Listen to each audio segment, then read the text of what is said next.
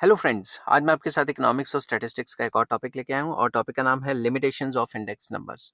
शुरू करने से पहले बता दें कि चैप्टर का नाम है इंडेक्स नंबर्स और इस चैप्टर के सारे लिंक्स आपको डिस्क्रिप्शन में मिल जाएंगे। चलिए विदाउट वेस्टिंग एनी टाइम शुरू करते हैं। जब भी आपको इंडेक्स नंबर की लिमिटेशंस का क्वेश्चन आए तो आपने इंडेक्स नंबर की मीनिंग डेफिनेशन लिखनी है, जिसका लिंक आपको डिस्क्रिप्शन में मिल जाएगा। Though index numbers are important statistical devices for studying changes in the economic variables, they have their own limitations too. Although हमें पता है कि इंडेक्स नंबर एक काफ़ी इंपॉर्टेंट चीज़ है जिसे हम कंपेयर कर सकते हैं कि बेस ईयर में ये हुआ था और करंट ईयर में ये हुआ, पहले से अच्छा हुआ या बुरा हुआ, उसको देख सकते हैं, मगर इंडेक्स नंबर की भी कुछ लिमिटेशंस हैं। Caution is therefore necessary to avoid any error in their interpretation। तो जब भी हम इंडेक्स नंबर्स को इंटरप्रेट कर रहे होते हैं तो हमें कुछ कॉशन लेने चाहिए, कुछ सावधानियां बरतनी चाहिए। The main limitations of index number are as under. Number one, only approximate indicators. ये जो इंडिकेटर है या जो आंसर निकलेंगे अप्रोक्सीमेट वैल्यूज हैं। As it is practically not possible to include each and every item in the construction of an index number, the value of index number is therefore affected by the sample of data that has gone into the construction of that index number। तो जब भी हम index number, मान लो consumer price index निकाल रहे हैं, तो सारे के सारे गुड्स जो कंज्यूमर कंज्यूम करता है वो तो नहीं ले सकते। अब किसी घर में नॉन वेज खा रहे हैं, किसी घर में वेज खा रहे हैं, किसी घर में कुछ और खा रहे हैं, किसी घर में लहसुन अदरक भी नहीं खा रहे, तो हमने जो बास्केट बनाई है उस पर डिपेंड करता है। अगर गवर्नमेंट ये शो करना चाहती है कि भाई कंज्यूमर प्राइस इंडेक्स इतना ज्यादा, मतलब प्राइजेस नहीं बढ़े कंज्यूमर्स के लिए, तो वो ऐसे बास्केट में आइटम्स डालेगी जिनके प्राइजेस नहीं बढ़े, और जिनके बड़े हैं वो डालेगी नहीं। समझ की बात? तो ये बायस्ड हो सकता है, ये पार्शियल हो सकता है, ये डिपेंड करता है कि जो एजेंसी रिसर्च कर रही है उसके ऊपर डिपेंड करता है कि वो क्या शो करना चाहती है। तो सारे के सारे आइटम्स तो नहीं डाल सकते ना। अब 500 से ज्यादा आइटम्स डालेंगे तो it will be a very complex process. Unless the selected sample is representative of the population, the calculated value of the index number may reflect only an approximate picture of the problem। तो basically जो हमने sample लिए हैं वो भी depend करता है कि वो पूरी कम्युनिटी खाती है कि नहीं खाती है। अगर वो कंज्यूम ही नहीं करती तो फिर फायदा क्या हुआ। तो आपको वो चीजें लेनी है जो मेजॉरिटी ऑफ द पॉपुलेशन खाती है, तो बास्केट बनाना काफी मुश्किल काम है। तो सबसे पहला पॉइंट तो यही हो गया कि बास्केट में कौन सी चीजें इंक्लूड करनी है। सारी चीजें तो इंक्लूड की नहीं जा सकती, तो ये तो एक अप्रोक्सीमेट वैल्यू ही होती है। नेक्स्ट आ जाता है long run comparisons not reliable. In a typical index number, it is assumed that the quality of good remains the same over a period of comparison। जब भी हम कोई चीज की बात करते हैं, मान लो मैंने 10 साल पहले का प्राइस ले लिया और 10 साल बाद का प्राइस ले लिया, तो हम ये अज्यूम करते हैं कि भाई क्वालिटी सेम रहेगी, प्राइजेस में क्या चेंज है वो देखेंगे। मगर आपको पता है रियल सिचुएशन में, असल जिंदगी में क्वालिटी में भी तो चेंज आ जाता है। 10 साल पहले जैसी चीज बनती थी उससे तो कम क्वालिटी करनी पड़ती है, क्योंकि प्राइजेस भी लगातार बढ़ रहे हैं इन्फ्लेशन रेट के लिए।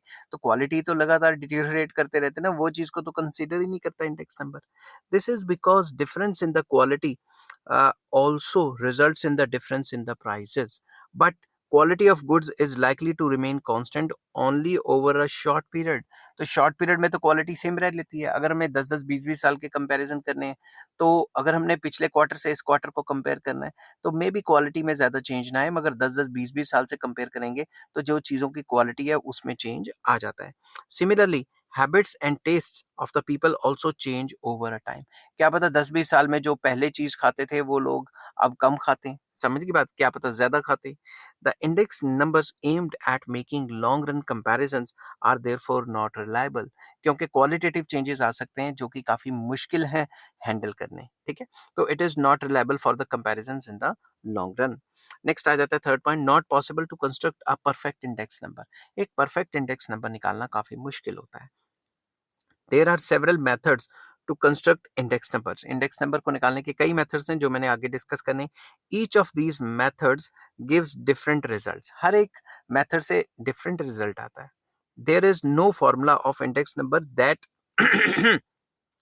That can measure the change in price और quality with perfection.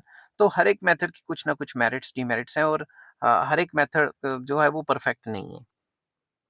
Each formula has its bias, मतलब पार्शियलिटी हो सकती है, दैट इज डाउनवर्ड और upward bias. Even the ideal index number can not claim to be unbiased.